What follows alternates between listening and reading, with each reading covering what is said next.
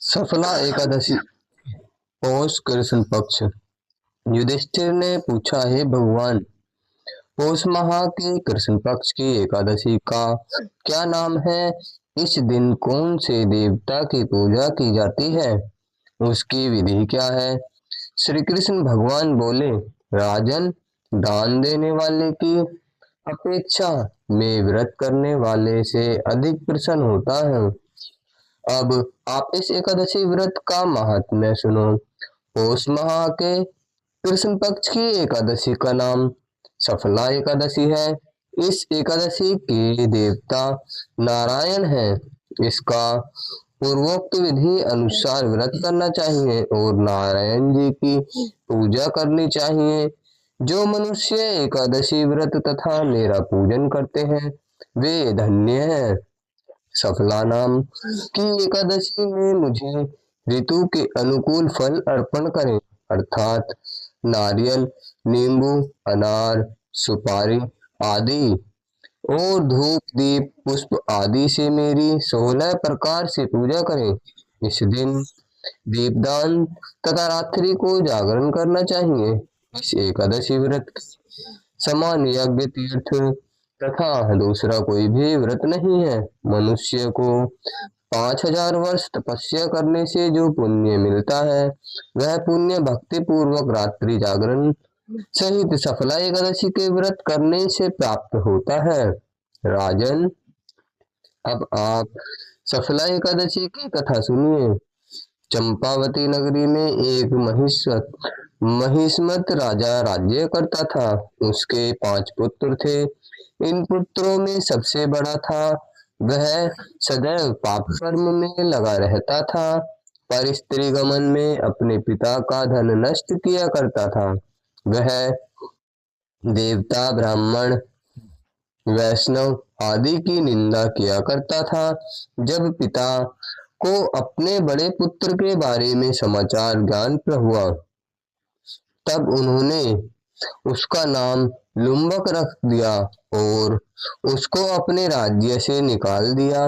जब लुम्बक सबके द्वारा त्याग दिया गया तब वह विचारने लगा कि अब मैं क्या करूं, कहाँ जाऊं। अंत में वह दिन में वन में रहने लगा और रात को अपने पिता की नगरी में चोरी तथा अन्य कुकर्म करने लगा। जिस वन में वह रहता था वह भगवान को अत्यंत प्रिय था। उस वन में एक बहुत पुराना पीपल का वृक्ष सब देवताओं का क्रीड़ा स्थल था। इसी वृक्ष के नीचे लुम्बक रहता था।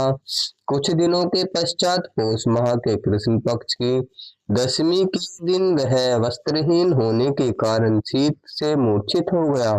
वह रात्रि को सो न सका। उसके हाथ पैर अकड़ गए। उसका दिन और वह रात्रि बड़ी कठिनता से बीती। सूर्य नारायण के उदय होने पर भी उसकी मूर्छा न गई। सफला एकादशी के मध्य तक वह दुराचारी मूर्छित ही पड़ा रहा। जब सूर्य की गर्मी से होश आया तो वह अपने स्थान से उठकर वन में भोजन खोजने चला गया। उस दिन वह जीवों को मारने में असमर्थ था, इसीलिए जमीन पर गिरे हुए फलों को लेकर पीपल के वृक्ष के नीचे आया। जब सूर्य भगवान अस्ताचल को प्रस्थान कर गए तब वह पीपल की जड़ के पास फलों का रखकर कहने लगा, हे भगवान, इन फलों से आप तृप्त हो। ऐसा कहकर वह रोने लगा और रात्रि को उसे नींद न आई। इसी महापापी के व्रत तथा रात्रि जागरण से भगवान अति प्रसन्न हुए और उसके समस्त पाप नष्ट हो गए।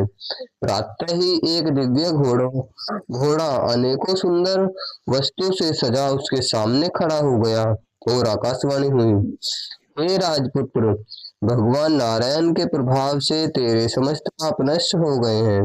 अब तू अपने पिता के पास जाकर राज्य प्राप्त कर। लुम्बक ने जब ऐसी आकाशवाणी सुनी तो वह अत्यंत प्रसन्न हुआ और बोला, हे भगवान, आपकी जय हो।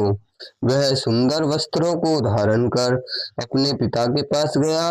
उसने अपने पिता को संपूर्ण कथा कह सुनाई। पिता ने उसे अपना राज्यभार सौंप दिया। अब लुम्बक शास्त्रानुसार राज्य करने लगा। उसकी पत्नी पुत्र आदि भी परम भक्त बन गए। वृद्धावस्था आने पर वह अपने पुत्र को गद्दी दे भगवान का भजन करने लगे।